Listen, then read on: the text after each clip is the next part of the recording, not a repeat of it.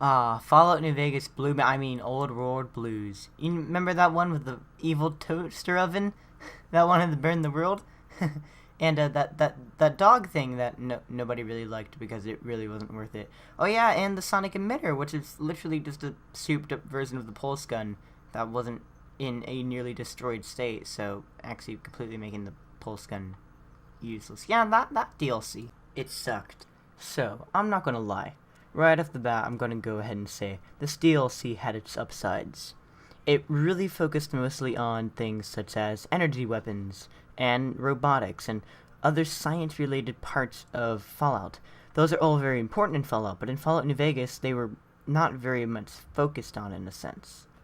Because of this, I guess they decided to add a DLC that gives you a ton of really cool things such as new enemies and very good energy weapons. That's pretty much the gist of this entire DLC, especially whenever it comes to its weaponry.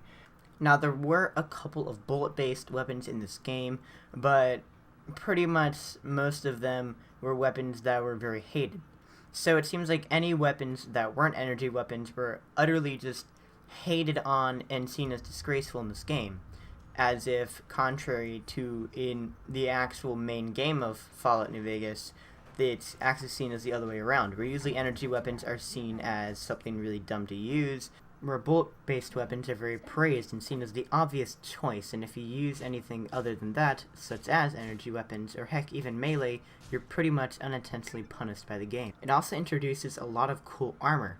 Some armor that, heck, we might have even missed from things like Fallout 3, when it comes to things such as stealth armor and autodot. It's almost as if this mod was meant to add all the stuff that they actually forgot to do, as if it's an unofficial or unintentional patch to the game. I guess that you could use this DLC as a form of comedic relief, speaking from the fact that it actually does have a lot of funny dialogue in it.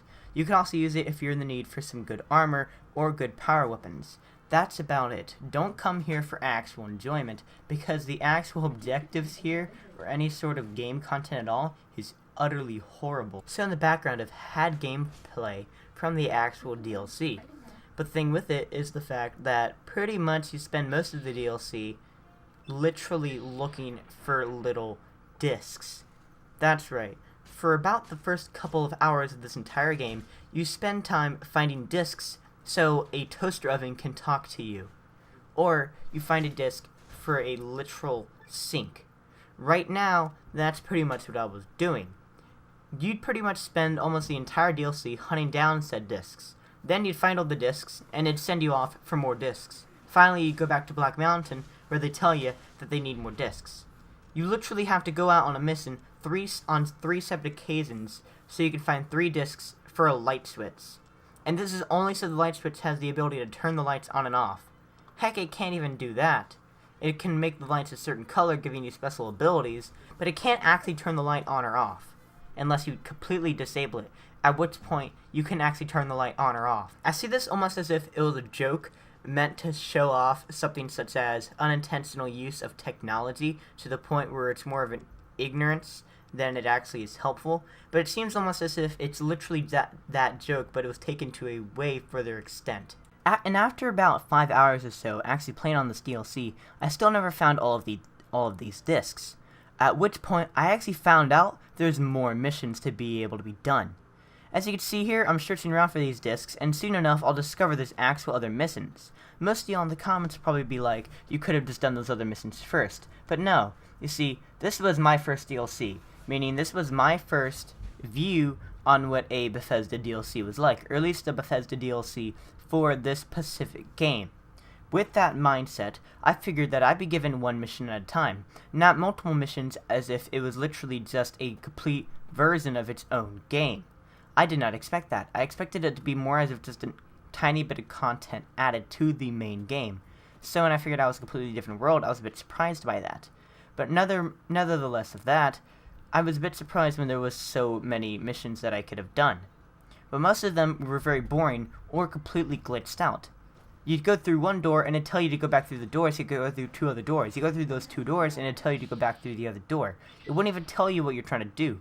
At one point, a mission literally told me to enter a room. That was my actual objective. But when I completed that objective, it still was telling me to enter the room.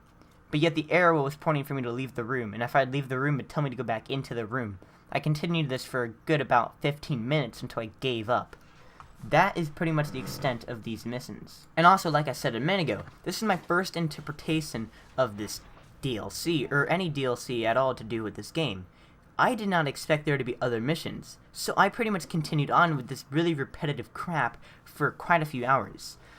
And even then, why would this repetitive crap even exist as a mission? Or why would that be set by default as the first mission that I obtain? And it seems almost as if this DLC wants to keep you here and make you continue this for as long as it wants. Keep in mind that when you do DLC like this, you cannot return to the actual Mojave until you've completely finished the DLC. Because of that, whenever you try to complete the DLC as quickly as possible, you can't. And why is this? Well, it tries to keep you there as long as possible. And this is how it does that. First of all, there's always enemies present. Always going to be enemies present, making it almost impossible to fast travel. With the way that things such as canyons work in this game when you enter the Forbidden Zone, it makes it almost impossible to actually navigate the area, or know if you have to be in the canyon or up on the main ground to actually be able to enter whatever kind of facility you're trying to get into, making fast traveling and discovering and actually going about the mission nearly impossible despite how tiny the actual map is. I feel like I could get from Goodsprings to the saloon to Vegas faster than I can going from one end of this map to the other. Another way it does this is by making dialogue extremely long and giving you very tedious tasks. Sometimes making you actually read everything on a report of a terminal just so you can do something like open up a door or continue inside the mission. Sometimes it even makes you use the sonic emitter to get past force fields. It literally uses force fields as a form of invisible wall to keep you from entering an area of the map it doesn't want you to go to yet, in the most lazy of ways possible. All you have to do is get an upgrade on the sonic emitter, and it will easily allow you to get past the said force field. But you have to wait an extremely long time to actually be able to get this and complete an actual mission where you have to go into an old abandoned high school and fight off a ton of turrets to be able to get inside said high school. When it comes to dialogue, at the very beginning of the actual game, if you really want to get somewhere with the dialogue, you're actually going to be standing there for almost an hour talking to these guys. And after a while, despite the fact of how interested and how much I loved what they were talking about, at a certain point, I just had to start skipping everything that they were saying. Now, another thing about the DLCs on this game is that you cannot bring companions with you at all. You might be wondering how I have companions with me. Well, I have a mod that allows me to carry as many of the companions in the game as I want with me. Because of this, it glitches out the game a lot. It makes it to where if there's certain parts where I would actually need to have the companions stay behind, the game only registers with the amount of companions I'm supposed to have. I can even enter Mr. House's room with a certain amount of companions, if I have a certain amount of companions present. I have completely entered Mr. House's Lucky 38 penthouse room, actually having companions with me. Same came for this DLC. Whenever I actually, in a sense, teleported to Big Mountain after finding the crashed satellite, I pretty much was able to have a couple of the companions come with me. Sadly, Boone didn't come with me, but I guess having the people that did was good enough. Now, for anybody who's stuck playing this DLC and wants to get back to the Mojave as quickly as possible, no need to fear. If you actually have this companions mod and you have the companions with you, there is a glitch that I discovered that allows you to completely end this DLC in a matter of seconds. All you have to do is simply target one of your companions to go into the think tank and target one of the doctors. Because of this, the second that they hit him, they'll all begin to fight. Your companions, of course, will win, despite how weak they may be, because, well, the doctors are pretty dang weak. Because of this, it will quickly end the DLC, and the game will think that you actually completed all the missions in the game, and have the normal sequence go by. Of course, it doesn't 100% know what actions you would have committed, speaking that, well, you never actually did most of the missions. So it pretty much gives you the simplified version of it, though you actually still get to return to Big Mountain afterwards. So, would I recommend this DLC? Well, I would recommend ending it pretty early unless you are actually interested in the stuff they're talking about. Then going back afterwards and obtaining all the technologies in the game. This way you can kind of leave whenever you want to, but still have all the cool stuff within the game. Though I would recommend doing a few of the missions, that way you can come in contact with a few of these weapons. At least stay long enough for the sonic emitter. That way you can actually get some of the stuff that you really need.